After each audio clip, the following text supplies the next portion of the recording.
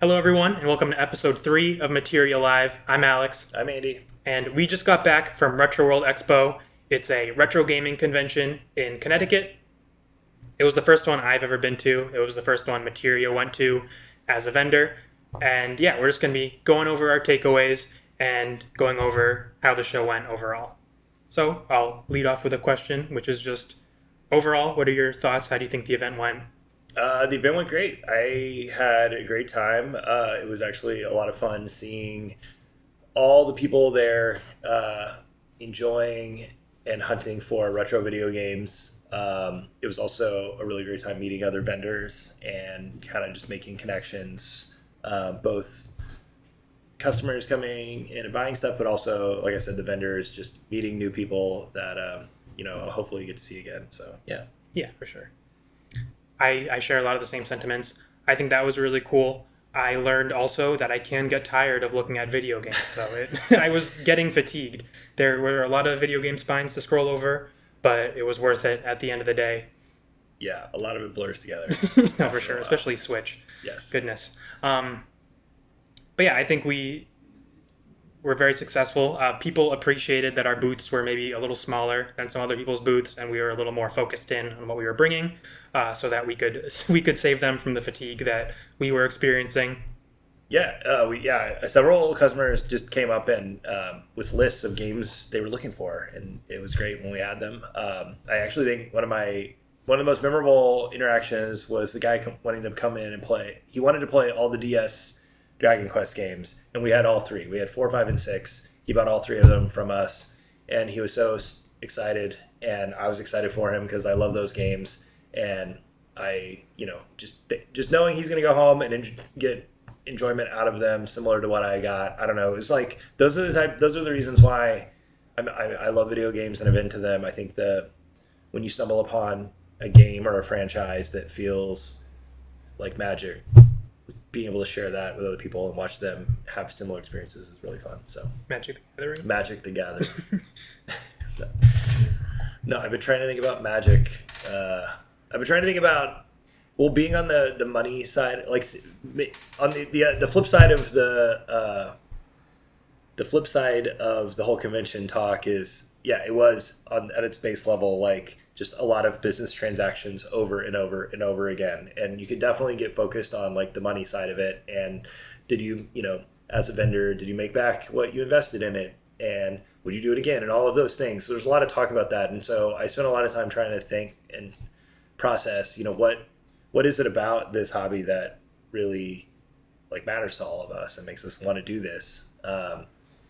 And I don't know, I just kept coming back to like the idea that, I don't know, the world is shitty sometimes, and if there's something not just like escapism, or like is there something that can take you out of your whatever you're dealing with and transport you somewhere else, but that video games, like the fact that there are these guys sitting like back, especially with retro games, a small team of people developing this game in Japan, and then they package it all up. They go to the marketing, whatever, and they bring it over, and then there's like little kids in the U.S. like playing this, like how it was back in the day, and to be able to have like this dialogue, like this completely indirect dialogue with people from another country at the time. Obviously, there's developers everywhere, but I don't know, just everything about like video games, the fact that it exists and is persisted as a thing in our culture is kind of a miracle. And I definitely think when things are good, when there's good games,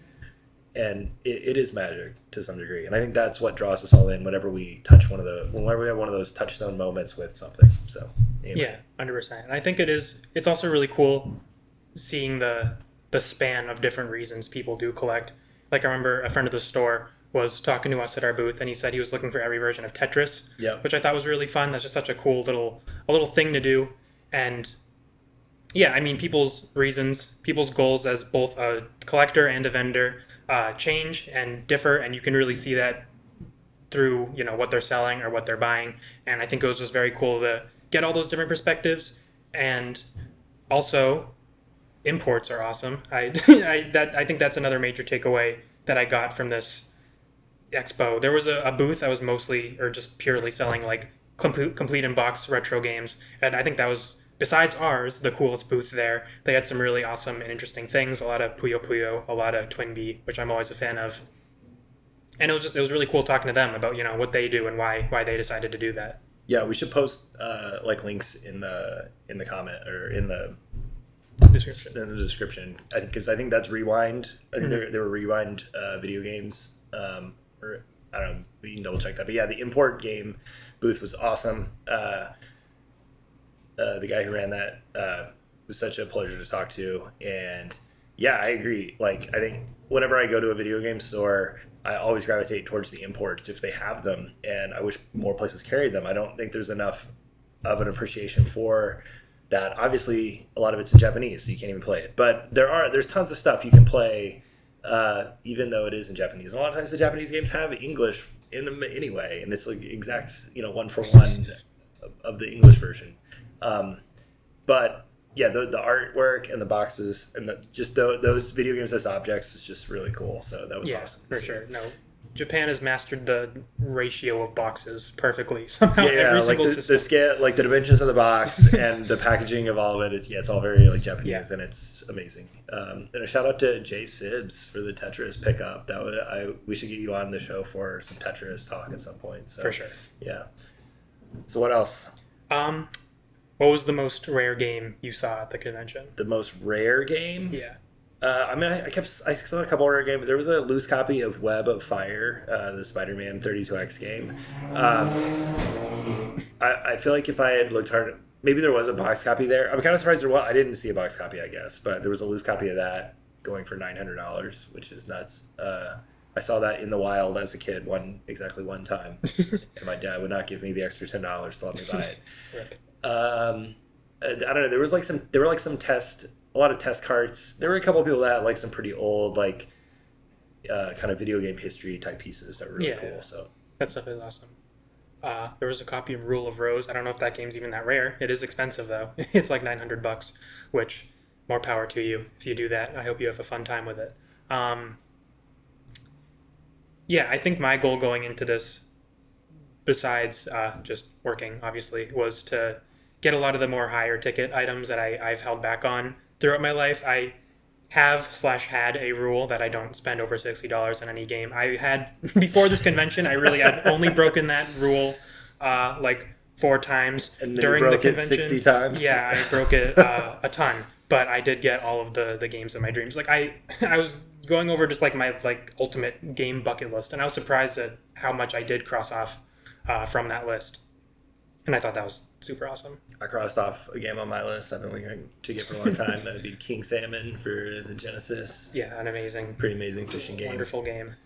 Yeah, and then I was surprised with Nuts and Honey for the Famicom. Nuts and Milk. Nuts and Milk. Sorry, Nuts and Milk. That rare Famicom classic Nuts and Milk. Yeah, that was gifted to me by all my favorite Materia peeps. So yeah. Yeah, we worked very hard to find that cartridge. We just thought it was perfect for you. We're gonna do a let's play of it. Of Nuts and coming Milk. Up. Yeah, for sure. So stay tuned if you want more Nuts and Milk. Do you have any questions? You had another question. Did I? Takeaways, games. I think it was just what your favorite game was, because we went over rares. I didn't say what any of the games I got were. I got Digimon World Dawn, which is a huge one. I feel like a lot of the just Digimon games in general are controversial. Not like they're offensive, but just people can't agree if they're good or not. Digimon World Dusk and Dawn on the DS are kind of the exception to that. Those in Digimon World 3, which unfortunately I did not find at the convention. I didn't get to buy enough games, I guess. But finding Digimon World Dawn was super awesome. I already started playing it, which I don't usually do with games, but I was too hyped about it to not. And it is awesome. It's everything you want from a Digimon game. Do you have any other pickups even worth mentioning? Just trying to think what I want from a Digimon game. I don't know.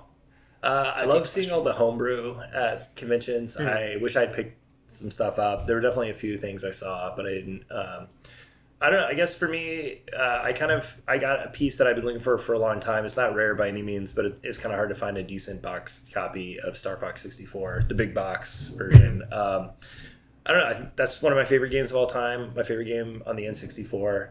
And I had it like day one release in that big thick box that came with the Rumble Pack, and was just like, why Why? Why is this so big? But the game is so awesome, and for some reason I have nostalgia for that stupid dumb box, and I've been wanting a copy for that. And shout out to Mighty Mike Video Games.